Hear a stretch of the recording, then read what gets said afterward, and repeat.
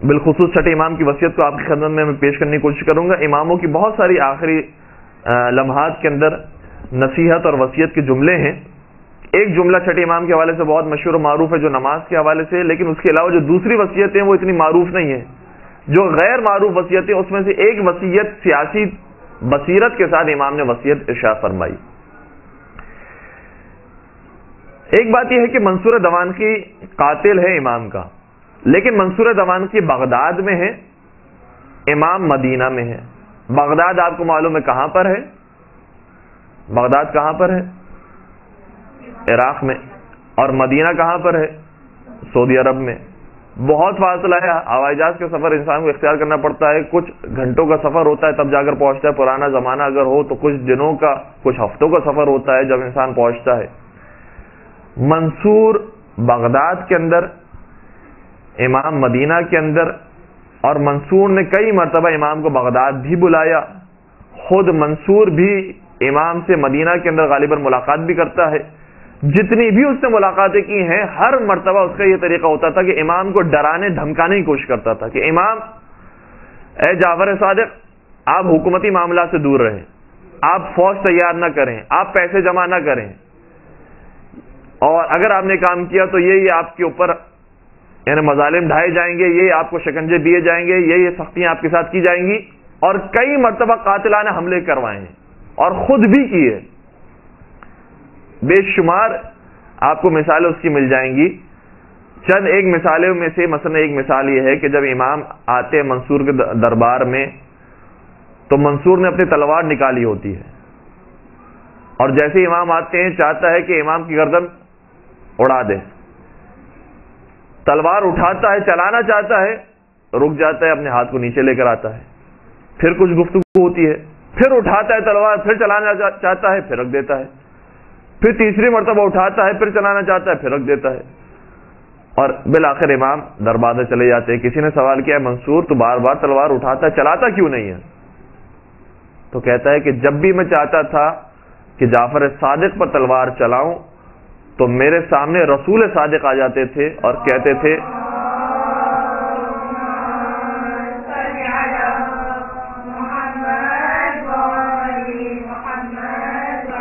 تھے اے منصور، اگر تو نے میرے فرزند کو شہید کیا تو میں تجھے اس تلوار سے قتل کر دوں گا.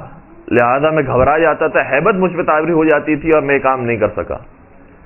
ایک مرتبہ باقاعدہ امام کے اوپر تلوار چلا کر امام کو شہید کر دیا، اور جو قاتل تھا وہ یہ رپورٹ لے کر آیا کہ میں نے باقاعدہ امام کے جسم کے اعضاء کے ٹکڑے ٹکڑے کر دیے. اگلے دن امام صحیح و سالم جسم کے ساتھ منصور کے سامنے آ جاتے ہیں. تو کئی مرتبہ اس نے یہ کوشش کی کہ امام کو شہید کرے، امام کو قتل کرے، لیکن یہ کام نہیں کر سکا. اور بہرحال اس کے اندر مصلحتیں بہت ساری ہوتی ہیں. لیکن جب شہادت بالآخر ہو گئی امام کی سن 148 ہجری میں، تو اب منصور کا کیا طریقہ ہے؟ منصور بھی بہت بڑا سیاست مدار انسان ہے. راوی یہ کہتا ہے کہ جب میں منصور کے پاس پہنچا، مجھے بلایا گیا، کسی کو بھیجا اور کہا کہ فلاں شخص کو بلایا جائے. میں گیا. یہ روایت کتاب کافی کے اندر موجود ہے. اگر اس کا ریفرنس بھی لکھنا چاہیں تو کتاب کافی جو چاپ اسلامیہ ہے اس کی جلد نمبر 1 صفحہ نمبر 310 پر حدیث نمبر 13، اور اگر پوری کافی کو دیکھا جائے تو حدیث نمبر 813 بنتی ہے. اس روایت کے اندر یہ موجود ہے کہ راوی کہتا ہے کہ مجھے بلایا منصور دوانقی نے. میں پہنچا اس کے محل میں. جیسے ہی محل میں پہنچا ہر طرف اندھیرا تھا. ایک شمع اس نے روشن کی ہوئی تھی، ہاتھ میں خط تھا. اور جیسے ہی میں پہنچا میں نے سلام کیا. جواب سلام تو اس روایت میں ذکر نہیں ہے، یہ ذکر ہے کہ جیسے ہی میں نے سلام کیا اس نے وہ خط میری طرف پھینکا اور دھاڑے مار کر رونے لگا، گریہ کرنے لگا، اور کہتا ہے کہ شہید کر دیا گیا جعفر صادق کو، قتل کر دیا گیا جعفر صادق کو. اور 3 مرتبہ کہا انا للہ و انا الیہ راجعون. کون کہہ رہا ہے؟ کون کہہ رہا ہے؟ منصور دوانقی جو قاتل ہے امام کا، وہ کہہ رہا ہے انا للہ و انا الیہ راجعون، انا للہ و انا الیہ راجعون، انا للہ و انا الیہ راجعون. ہائے جعفر صادق کو مار دیا گیا. کتنے عظیم ہستی کو مار دیا گیا، بلکہ اس نے استعمال نہیں کیا، قتل کی بات نہیں کی. اس نے کہا کہ انتقال ہو گیا جعفر صادق کا، طبی موت، مر گئے جعفر صادق. اور کتنے دکھ اور افسوس کی بات ہے. اور میں یہ جاننا چاہتا ہوں کہ جعفر صادق کے بعد ان کا وصی کون ہے؟ چنانچہ تم ایک خط لکھو اور بھیجو حاکم مدینہ کو کہ معلوم کریں کہ جعفر صادق نے کوئی اپنا وصی بھی مقرر کیا ہے، اپنا جانشین بنایا ہے. یہ کہتا ہے کہ کچھ دنوں کے بعد جب میں پہنچا، وہ خط لکھا میں نے، اور خط لکھنے کے بعد جب جواب آیا اور پھر دوبارہ میں منصور دوانقی کے پاس پہنچا تو منصور دوانقی نے کہا کہ خط کا جواب آ گیا، اور عجیب جواب اس کے اندر موجود ہے. حاکم مدینہ یہ کہتا ہے کہ جعفر صادق نے اپنا وصی بنایا ہے، لیکن ایک شخص کو نہیں بنایا ہے، 5 افراد کو بنایا ہے. اور میں نے کہا تھا حاکم مدینہ سے کہ جس کو بھی وصی بنایا ہو اسے فوراً قتل کر دو، اور سب سے پہلے ان اوصیاء میں میرا نام لکھا تھا. یعنی یہ لکھا تھا جعفر صادق نے کہ میرا وصی منصور دوانقی ہے. دوسرا نام جو لکھا تھا وہ حاکم مدینہ ہی کا لکھا تھا. دوسرا وصی محمد ابن سلیمان ہے. تیسرا وصی عبداللہ جو امام کے فرزند افتحی عبداللہ افتحی وہ ہیں. چوتھے امام موسیٰ کاظم علیہ الصلوۃ والسلام ہیں، اور پانچویں جناب حمیدہ خاتون.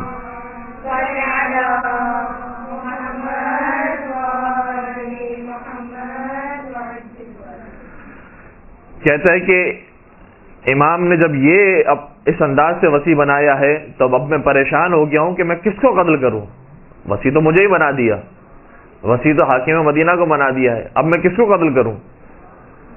لہذا امام کے پاس صرف وہ دولت نہیں ہے کہ امام کے در سے عبادتیں ملتی ہیں، زہد و تقوی ملتا ہے، یا امام کے در سے علمی جوہر ملتے ہیں.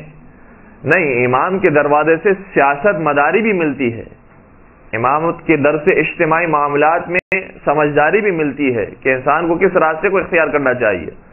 اور پھر یہی جواب، تقریباً یہی جواب جب کوفہ میں ابو حمزہ الصومالی نے سنا، ابو حمزہ الصومالی جنہوں نے چوتھے امام کا زمانہ بھی دیکھا، پانچویں امام کا بھی، چھٹے امام کا بھی. ابو حمزہ الصومالی جب کوفے میں موجود تھے، ایک شخص یہ کہتا ہے کہ میں کچھ خمس وغیرہ کے یا کچھ اموال، میرے خیال سے ذہن میں جو مجھے روایت آ رہی ہے، اور یہ روایت بھی کتاب الخرائج والجرائح میں جلد نمبر 1 صفحہ نمبر 328 میں لکھی ہے. راوی کہتا ہے جب میں پہنچا کوفہ کے اندر تو ایک شیخ موجود تھے، وہ سب کو درس دے رہے تھے، مکتبہ اہل بیت کے بارے میں احادیث بیان کر رہے تھے. جب میں ان کے پاس پہنچا تو ایک شخص آیا خبر لے کر کہ جعفر صادق کو قتل کر دیا گیا یا ان کا انتقال ہو گیا. انہوں نے افسوس کا اظہار کیا، انا للہ و انا الیہ راجعون غالباً پڑھا، اور اس کے بعد سوال کیا کہ ان کا وصی کون ہے. تو آنے والے نے بھی یہی خبر دی کہ بعض روایتوں میں ملتا ہے کہ 3 افراد کو انہوں نے اپنا وصی بنایا ہے، بعض میں ملتا ہے 5 افراد کو بنایا ہے. جن 5 افراد کا نام اس نے لیا وہ وہی 5 افراد تھے کہ جو منصور دوانقی کے پاس بھی خط پہنچا تھا. جیسے ہی ان 5 اوصیاء کے نام ابو حمزہ الصومالی نے سنے تو جملہ کہتے ہیں، یہ جملہ بھی مختلف کتابوں مختلف انداز سے آیا ہے، لیکن الخرائج والجرائح میں جو جملہ لکھا ہے وہ یہ لکھا ہے، وہ کہتے ہیں کہ دل علی الصغیر. پہلے تو وہ فرماتے الحمدللہ الذی لم یضلنا، اس خدا کی حمد ہے کہ جس نے ہمیں گمراہ نہیں کیا اور ہدایت کا راستہ دکھا دیا. اور کیسے ہدایت کی؟ فرماتے ہیں کہ دل علی الصغیر ومن علی الکبیر وستر الامر العظیم. کہتے ہیں کہ چھٹے امام نے جو 5 افراد کو وصی بنایا ہے، ان اوصیاء کے حالات دیکھنے کے بعد پتہ چلتا ہے کہ جو ان میں سب سے چھوٹا انسان ہے، جو عمر میں سب سے چھوٹا ہے، کم سن ہے، حقیقت میں وہی امام ہے. وَمَنَّ عَلَى الْكَبِيرِ، اور جو کبیر یعنی جو بڑا بیٹا اور بڑے فرزند کا نام امام نے شامل کیا، وہ گویا بڑے پر احسان کیا ہے، ورنہ اس کا نام لینے کی ضرورت نہیں تھی. اور بعض جگہ پر یہ بھی ملا ہے منّا کی بجائے بیّنَ عَلَى الْكَبِيرِ، یعنی بڑے بیٹے پر واضح کر دیا کہ تو وصی بننے کے لائق نہیں ہے، حقیقت میں موسیٰ کاظم ہے کہ جو وصی ہے. وَسَتَرَ الْأَمْرَ الْعَظِيمِ، اور جو بہت عظیم امر امامت تھی اس کو پوشیدہ طریقے سے بیان بھی کر دیا. تو جو سمجھدار افراد تھے وہ اسی وصیت کو دیکھ کر 5 افراد کے نام دیکھ کر سمجھ گئے کہ کون حقیقت میں وصی ہے. منصور دوانقی ہو نہیں سکتا کیونکہ وہی قاتل ہے, وہی امام کو اذیتیں پہنچانے والا, کئی مرتبہ قاتلانہ حملہ کر چکا ہے. محمد ابن سلیمان یہ ہو نہیں سکتا کیونکہ اسی ہی کو تو حکم دیا ہے منصور نے کہ امام پر سختیاں رکھو, اور سب سے زیادہ سخت حاکم مدینہ کو بنایا گیا تھا کیونکہ امام وہاں پر موجود تھے, وہ بھی نہیں ہو سکتا. تیسرا شخص عبداللہ افتحی ہے. عبداللہ افتحی کے بارے میں خود ابو حمزہ صومالی نے آگے بھی یہ وضاحت کی ہے, کتاب اعیان الشیعہ کے اندر یہ بات موجود ہے. جلد نمبر 1 صفحہ نمبر 677 کے اندر ابو حمزہ صومالی ہی کا جملہ محسن الامین نے لکھا ہے. وہ کہتے ہیں کہ ابو حمزہ صومالی نے کہا کہ عبداللہ افتحی اس لیے امام نہیں ہو سکتا کیونکہ اس کے اندر 2 خامیاں موجود ہیں. ایک جسمانی لحاظ سے وہ درست نہیں ہے, اسی لیے اسے افتح کہا جاتا ہے, اور دوسرا علمی اعتبار سے وہ کمزور ہے, اسی لیے جب بھی اس سے مسائل دینی پوچھے جاتے ہیں تو کہتا ہے مجھے نہیں معلوم, میں جاہل ہوں. تو وہ جو جاہل ہو وہ امام نہیں بن سکتا. لہذا عبداللہ افتحی اگر امام بننے کے قابل ہوتے تو امام پھر اپنے چھوٹے فرزند کا نام نہیں لیتے. چھوٹے فرزند کا نام لینا خود اس بات پر دلیل ہے کہ بڑا فرزند اس لائق نہیں ہے کہ وہ امام بن سکے. اور پھر خاتون کبھی بھی امام یا نبی نہیں ہو سکتی. لہذا یہ معلوم ہو گیا کہ حمیدہ خاتون جو ان کی زوجہ ہیں وہ بھی وصی نہیں ہیں, بلکہ سات امام موسیٰ کاظم علیہ السلام وہ ہیں کہ جو وصی ہیں.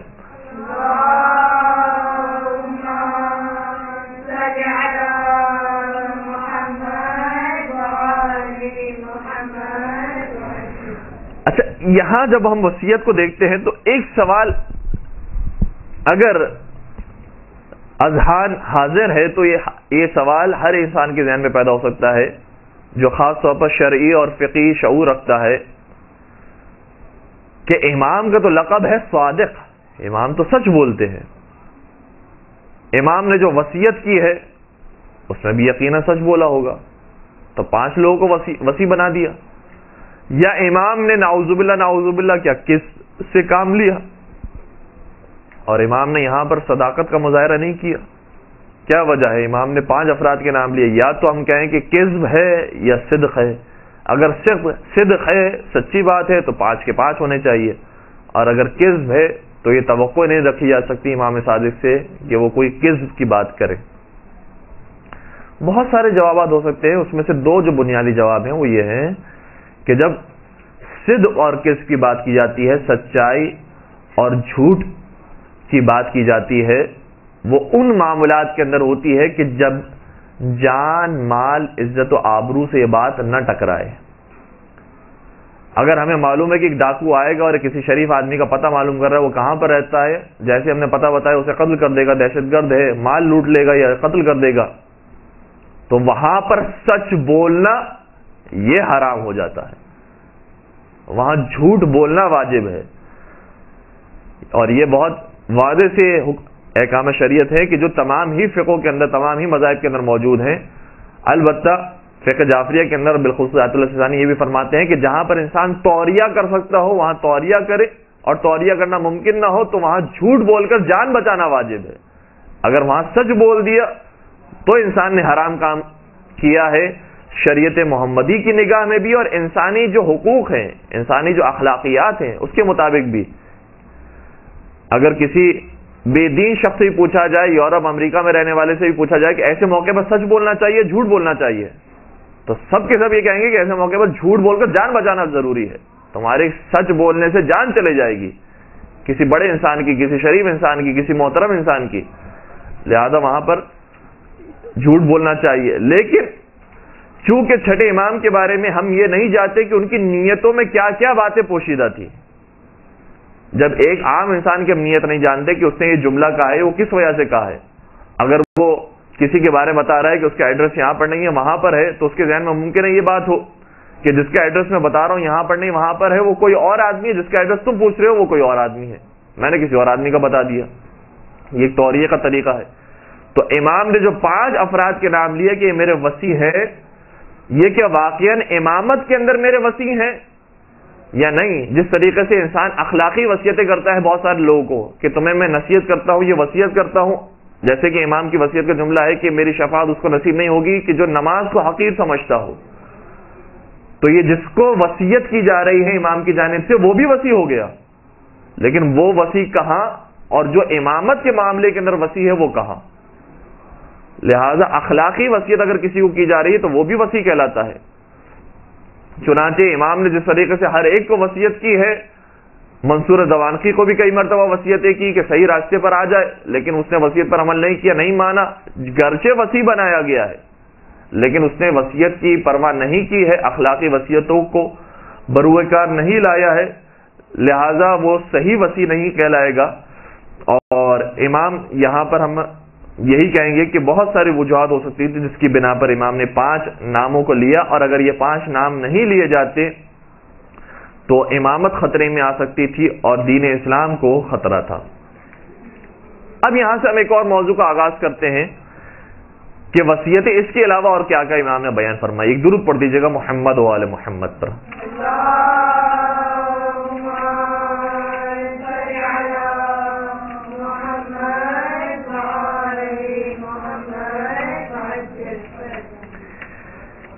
اس کے علاوہ جو امام کی وصیت ہے جو آخری مواقع پر امام نے ارشاد فرمائی، ورنہ تو وصیت انسان کو کرتے ہی رہنا بھی چاہیے اور امام نے کی بھی ہے. کئی جگہ پر لفظ وصیت استعمال ہوا ہے لیکن وہ حقیقت میں نصیحت کے معنوں میں آیا ہے.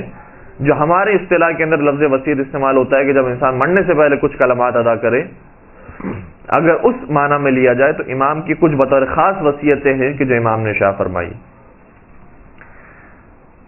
وہی وصیت جو نماز کے بارے میں ہے اس کے ایک اگلا جملہ بھی ہے. ہم ایک حد تک اس کا جملہ پڑھتے ہیں اور بعض مقامات پر وہ نماز ہی تک جملہ محدود ہے، لیکن بعض دوسری جگہوں پر وہ جملہ آگے بڑھتا ہے. مثلا کتاب کافی کے اندر 2-3 مقامات پر یہ حدیث موجود ہے کہ امام نے شاہ فرمایا کہ میری شفاعت اس کو نصیب نہیں ہوگی جو نماز کو حقیر سمجھے گا، لیکن کتاب کافی ہی کے اندر ایک مقام پر یہ حدیث آگے بڑھتی ہے. وہ کون سا مقام ہے؟ اس کا اگر ریفرنس لکھنا چاہیں تو کتاب کافی جلد نمبر 6 صفحہ نمبر 401، جلد نمبر 6 صفحہ نمبر 401. اس میں امام نے اپنے فرزند ساتھ سرکار سے شاہ فرمایا، یا بنیا انہ لا ینال شفاعتنا من استخف بالصلاۃ، اے میرے لال ہماری شفاعت اسے نصیب نہیں ہو سکتی، اس تک نہیں پہنچ سکتی کہ جو نماز کو خفیف سمجھنے والا ہو اور حقیر سمجھنے والا ہو. پھر امام کی وصیت آگے بڑھتی ہے. اسی حدیث کا جملہ یہ ہے، ولا یرد علینا الحوض من ادمن هذه الاشربہ، اور وہ شخص ہمارے پاس حوض کوثر میں بھی نہیں آئے گا جو شراب پینے والا ہو. اور پھر امام نے سوال کیا ساتھ سرکار نے کہ یا ابا وای الاشربہ، وہ کون سی شراب ہے کہ جس کی آپ بات کر رہے ہیں؟ فرمایا کل مسکرن، جتنی بھی نشہ آور چیزیں ہیں اگر کوئی انسان استعمال کرنے والا ہے وہ پھر ہمارے پاس حوض کوثر میں نہیں آئے گا. تو صرف نماز کے بارے میں نہیں، اجتناب شراب کے بارے میں بھی امام کی وصیت، اور اس سے پہلے ایک سیاسی وصیت، اس کے علاوہ ایک چوتھی وصیت. اور پھر میں ان ساری وصیتوں کو نقل کرنے کے بعد ایک نتیجہ دے کر گفتگو ختم کروں گا. یہ وصیت بھی کتاب کافی کے اندر موجود ہے. کتاب کافی جلد نمبر 7 صفحہ نمبر 55، جلد نمبر 7 صفحہ نمبر 55. راوی کہتا ہے کہ میں امام کی ایک کنیز سالمہ سے جب ملا تو سالمہ نے یہ بات بتائی. وہی کہتی ہے کہ جب امام کے انتقال کا وقت قریب تھا تو امام بے ہوشی کی حالت میں تھے، اچانک ہوش میں آئے اور مجھ سے فرمایا کہ حسن افتح جو امام کا چچا زاد بھائی ہوتا ہے یا ان کا چچا ہوتا ہے، یہ بہت اہم نقطہ ہے، ان کا چچا زاد بھائی یا ان کا چچا ہوتا ہے، فرمایا کہ اس حسن افتح کو 70 دینار دے دو اور فلاں کو اتنے دینار دے دو اور فلاں کو اتنے دے دو، فلاں کو اتنے دے دو. امام نے جب یہ وصیتیں فرمائی تو میں نے عرض کیا کہ حسن افتح جس کی آپ بات کر رہے ہیں یہ تو وہ شخص ہے کہ جس نے آپ پر چاقو کے ذریعے حملہ کیا، خنجر لے کر آپ کے پیچھے آیا اور حملہ کیا اور آپ کو قتل کرنے کی کوشش کی. آپ چاہتے ہیں کہ اس کی مدد کریں، امام نے فرمایا کیا تو نہیں چاہتی کہ میرا شمار بھی ان لوگوں میں ہو جن کے بارے میں قرآن یہ اس انداز سے بیان کرتا ہے کہ والذین یصلون ما امر اللہ به ان یوصل ویخشون ربهم ویخافون سوء الحساب، کہ لوگوں میں سے بعض ایسے بھی ہیں کہ وہ رشتے کہ جنہیں پروردگار نے بنایا ہے ان رشتوں کی پاسداری کرتے ہیں۔ یہ رشتے مثلا چچا کا رشتہ ہے، ماموں کا رشتہ ہے، والدین ہے، اولاد ہے، یہ سارے رشتے وہ ہیں کہ جو ہمارے اختیار سے بتائے نہیں گئے ہیں، ہمارے اختیار سے بنائے نہیں گئے ہیں۔ ہم نے چوز نہیں کیا ہے کہ ہمارا چچا یہ ہو اور ہماری ممانی یہ ہو اور ہمارا پھپھا یہ ہو پھپھی یہ ہو، ہم نے تو اختیار نہیں کیا ہے، خدا نے بنائے ہیں۔ تو قرآن کی آیت یہ کہتی ہے کہ وہ رشتے جسے خدا نے بنایا ہے یہ انہی رشتوں کی پاسداری کرتے ہیں کیونکہ خدا نے بنایا ہے، اور پروردگار سے ڈرتے ہیں اور پروردگار کے حساب و کتاب سے خوفزدہ رہتے ہیں۔ کیا تو نہیں چاہتی کہ میرا ان افراد میں شمار ہو جائے؟ پھر فرمایا اے سالمہ، خدا نے جنت بنائی ہے اور جنت کی خوشبو 2000 سال کے فاصلے سے سونگھی جائے گی، مگر جنت کی خوشبو 2 افراد نہیں سونگ سکیں گے، ایک وہ جو والدین کی نافرمانی کرنے والا ہو اور دوسرا رشتہ داروں سے قطع تعلق کرنے والا ہو۔ چنانچہ امام کی وصیتوں میں سے ایک وصیت نماز کے بارے میں ہے تو ایک اہم وصیت رشتہ داروں سے حسن سلوک کرنے کے بارے میں ہے، بالخصوص اس رشتہ دار کے بارے میں امام نے بطور خاص نام لے کر تذکرہ کیا کہ جو قتل کر رہا تھا، قاتلانہ حملہ کرنے والا تھا۔ اور یہاں قاتلانہ حملہ تو بہت دور کی بات، مال چوری کرنا تو بہت دور کی بات، ہماری ذرا سی شان میں کسی نے ایک جملہ کم کہہ دیا اور ذرا ایک توہین ہو گئی تو 20 سال کے لیے اس سے قطع تعلق، 15 سال کے لیے اس سے قطع تعلق، کبھی بات نہیں کرنی، کبھی عید پر ملاقات نہیں کرنی، کبھی اس کی تقریب میں نہیں جانا، کبھی وہ ہماری تقریب میں نہیں بلایا جائے گا۔ ایک اگر جملہ اس نے ہماری شان میں کم کہا تو امام نے یہاں پر بھی پیغام دیا ہے کہ صرف نمازوں کی، صرف دعاؤں کی اہمیت نہیں ہے کہ انسان مصلی پر بیٹھ جائے اور دعائیں مانگتا رہے، رشتہ داروں کے ساتھ اس نے سلوک کرنا یہ ایک اہم ترین عبادت ہے کہ جو انسان کو انجام دینی چاہیے۔ اور آخری وصیت جو ہم نے نوٹ کی ہے، کتاب مناقب آل ابی طالب کے اندر ابن شہر آشوب نے یہ روایت لکھی ہے، مناقب آل ابی طالب میں، اس کے ہم نے صفحہ نمبر یاد نہیں کیا ہے، یادداشت نہیں کیا ہے، عربی اس کی تھوڑی بہت آپ کی خدمت میں بیان کر دیں گے تو پھر شاید اگر آپ سرچ کرنا چاہیں تو مل سکے گی۔ روایت یہ ہے کہ قال موسیٰ بن جعفر فیما اوصانی بہ ابی،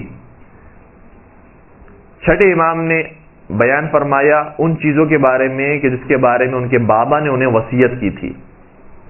کیا وصیت کی تھی؟ یا بنیا اذا انا مت فلا یغسلنی احد غیرک فإن الامام لا یغسله الا امام واعلم ان عبد الله اخاك سيدعو الناس الى نفسه فدعه فإن عمره قصير۔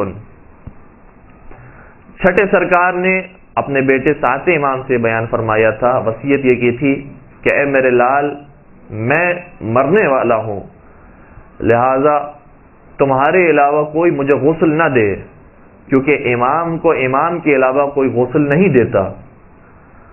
اور یاد رکھو جو تمہارا بھائی عبداللہ ہے، یعنی عبداللہ افتحی، یہ جو تمہارا بھائی ہے یہ لوگوں کو اپنی جانب بلائے گا، یعنی یہ بھی دعویٰ کرے گا کہ مجھے امامت مل گئی ہے، میں امام ہوں، لیکن جو سچے امام ہوتے ہیں وہ خدا کی طرف بلاتے ہیں، یہ اپنی طرف بلائے گا۔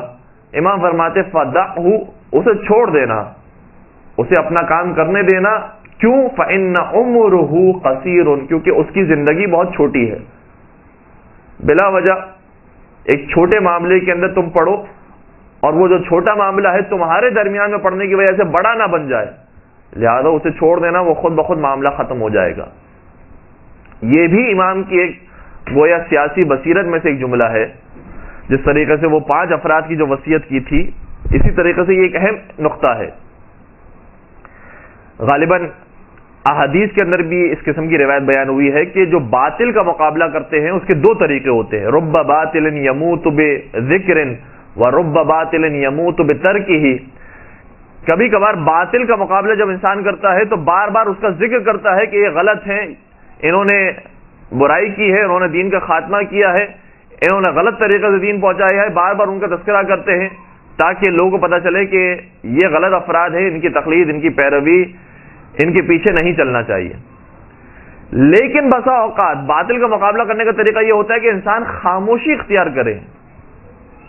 یہ ایک عجیب طریقہ ہے۔ باطل کبھی کبھار بول اور زبان کے ذریعے مٹتا ہے، بولنے سے مٹتا ہے، اور کبھی کبھار خاموش رہ کر مٹ جاتا ہے۔ اگر خاموش رہنے کے مقام پر انسان نے بولنا شروع کیا تو باطل مٹے گا نہیں، باطل پروان چڑھے گا۔ بہت سارے ٹی وی پر آنے والے افراد اور مختلف قسم کے نظریات دینے والے افراد ایسے ہوتے ہیں کہ جن کے بارے میں ہم نے ذکر کر دیا، بیان کیا اگر انہیں اپنی محافل اور مجالس کے اندر، تو بلا وجہ وہ بڑے افراد ہو جائیں گے، بلا وجہ لوگ ان کے بارے میں معلوم کریں گے اور تبصرہ کریں گے۔ اور یہی معاملہ ہے کچھ ایسی چیزوں کا، جیسے کوئی نامناسب فلم آتی ہے، پیغمبر اکرم کے بارے میں بنائی گئی، کسی نبی کے بارے میں بنائی گئی، آج تک مجمع میں سے کسی نے نہیں دیکھی ہے، بہت کم افراد نے دیکھی، ہم نے بیان کر دیا کہ فلاں جگہ پر ایسی فلم بنائی گئی ہے، اس میں یہ دکھایا گیا ہے، نبی کی توہین کی گئی ہے، اہل بیت کی توہین کی گئی ہے۔ جنہوں نے نہیں بھی دیکھی تھی وہ بھی جا کر دیکھیں گے۔ تو اگر انسان خاموش رہتا تو یہ باطل خود بخود دب جاتا اور کسی کو خبر ہی نہ ہوتی کہ یہ کوئی باطل پیدا بھی ہوا تھا اور اس نے کوئی غلط کام بھی کیا تھا، خود بخود ختم ہو جاتا۔ لہذا باطل کے بھی مقابلہ کرنے کے دو طریقے ہوتے ہیں، بسا اوقات اس کو پھیلایا جاتا ہے اور بسا اوقات اسے چھپایا جاتا ہے۔ اور عجیب بات یہ ہے کہ پاکستانی معاشرے کے اندر اب انٹرٹینمنٹ یہی بن گیا ہے کہ باطل کو پھیلایا جائے، اور جب ان سے پوچھا جاتا ہے کہ یہ کیوں پھیلایا جا رہا ہے، کہا کہ اویئرنیس دینے کے لیے، کہ پتہ چلے کہ یہ غلط کام ہو رہے ہیں، ہمیں ان سے دور رہنا ہے۔ تو جو اچھے کام ہو رہے ہیں وہ بھی تو بیان کیے جائیں تاکہ اس سے قریب رہیں۔ وہ کوئی بیان نہیں کرتا، لیکن جو باطل کام ہوتے ہیں، جو غلط کام ہو رہے ہوتے ہیں، اسے بار بار دکھائے جاتے ہیں اور فیس بک پر عام کیا جاتا ہے، واٹس ایپ کے ذریعے عام کیا جاتا ہے کہ یہ وہاں پر غلط کام ہو رہا ہے، یہ وہاں پر غلط کام ہو رہا ہے، یہ کام غلط ہو رہا ہے۔ اس کے بعد کمنٹس بھی بہت برے برے آ گئے ہیں۔ لیکن حقیقت یہ ہے کہ باطل کا پرچار نہ کیا جائے، بہت سارے باطل ایسے ہوتے ہیں جن کا پرچار نہ کیا جائے تو انسانی معاشرے کے لیے بہتر ہوتا ہے اور اس سے دین کی بقا ہوتی ہے۔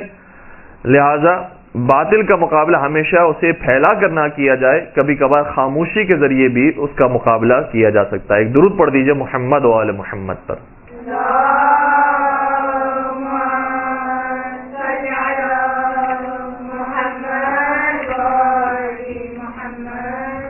یہ جو وصیتیں آپ کی خدمت بیان کی، اس سے ایک نتیجہ، اور بہت سمپل سا سادہ سا نتیجہ یہ ہے، آج بہت سارے لوگ کال کر کے اور میسیجز کر کے معلوم کرتے ہیں کہ مولانا صاحب یہ بتائیے کہ کیا آج کے زمانے میں دینداری یہی ہے کہ انسان نماز شب پڑھنے والا ہو، نماز غفیلہ پڑھنے والا ہو، نہج البلاغہ پڑھنے والا ہو، صحیفہ سجادیہ پڑھنے والا ہو، قرآن مجید پڑھنے والا ہو، مفات الجنان پڑھنے والا ہو، کیا یہ ہے دینداری؟ اسی طریقے سے بعض افراد فون کرتے ہیں اور یہ کہتے ہیں کہ مولانا صاحب کیا دینداری یہ ہے کہ ہمیں فلاں جلسے میں شرکت کرنی چاہیے، فلاں دھرنے میں بیٹھنا چاہیے، احتجاج میں بیٹھنا چاہیے، وہاں پر بھی شریک ہونا چاہیے، وہاں پر بھی شریک ہونا چاہیے، یہ ہے دینداری؟ دینداری کیا ہے؟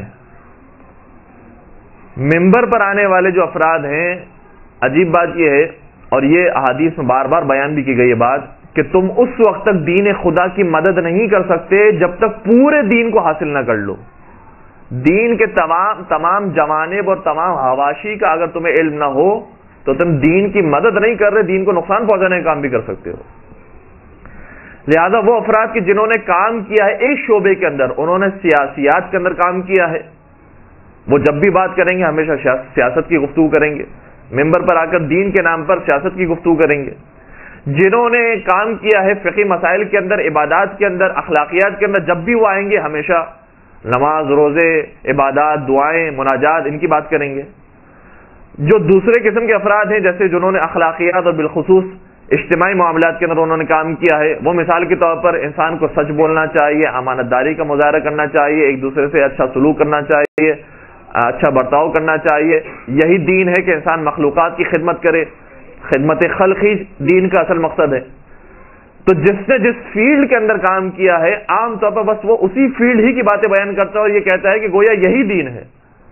یہی سب سے بڑا نیکی کا کام ہے، یہی سب سے بڑا ثواب کا کام ہے. یہ نہیں کیا تو سارے کام بیکار ہو گئے. جبکہ ائمہ نے بھی کئی مرتبہ اس بات کو بیان کیا، اور یہ بات وصیتوں سے بھی ہمارے سامنے آتی ہے کہ دین کسی ایک معاملے کا نام نہیں ہے. امام نے جہاں نماز کے بارے میں وصیت کی ہے، ایک واجب کام کے بارے میں وصیت کی ہے، وہاں ایک سب سے بڑے حرام مثلا شراب کے بارے میں بھی وصیت یہ کی کہ اس سے اجتناب کرو. تو واجب بھی ہو حرام بھی ہو، واجب بھی ہو اور حرام سے بچنا بھی ہو. پھر امام کی وصیتوں کے اندر یہ بھی وصیت تھی کہ میرا جانے کے بعد جانشین کون ہوگا. ایسے نہیں مسئلے کو چھوڑ دیا کہ بس میں تو نمازوں کا پابند ہوں اور دعائیں مناجات میں کرتا ہوں، علمی طور پر میں نے تربیت کر دی ہے شاگردوں کی، کافی ہے میرے لیے. نہیں، میرا جانشین کون ہوگا یہ بہت بڑا مسئلہ ہے، سیاسی طور پر یہ بھی بتانا ہے. اسی طریقے سے اپنے رشتہ داروں کے بارے میں بالخصوص وصیت یہ فرمائی کہ فلاں کو اتنے درہم دے دو، فلاں کو اتنے دینار دے دو، اتنے دے دو. اس کا مطلب یہ ہوا کہ امام صرف مصلے کے پابند نہیں تھے، بلکہ اجتماعی معاملات میں بھی رشتہ داروں کے ساتھ حسن سلوک اچھا برتاؤ یہ بھی امام کی زندگی کے اندر موجود تھا. تو انسان کی زندگی کی انفرادی ذمہ داریاں بھی ہیں، اجتماعی ذمہ داریاں بھی ہیں، خاندانی ذمہ داریاں بھی ہیں، سیاسی ذمہ داریاں بھی ہیں، دینی ذمہ داریاں بھی ہیں، دنیاوی ذمہ داریاں، نہ جانے کتنی ذمہ داریاں ہیں. کسی ایک ذمہ داری کی طرف انسان لگ پڑے اور آگے بڑھتا جائے اور سمجھے کہ یہی دین ہے، وہ دین کا ایک حصہ تو ہو سکتا ہے، پورا دین نہیں ہو سکتا. پورا دین حاصل کرنا ہوگا تو دین کے تمام جوانب پر عمل بھی کرنا ہوگا اور لوگوں کی خدمت میں بیان بھی کرنا ہوگا. مولا متقین امیر المؤمنین حضرت علی ابن ابی طالب صلی اللہ علیہ وسلم کی ایک حدیث ہے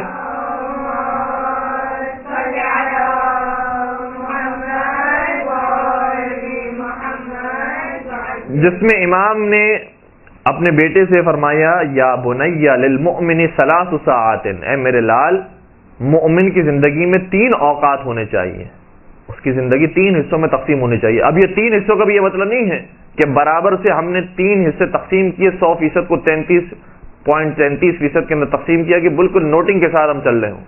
یہ بات نہیں ہے.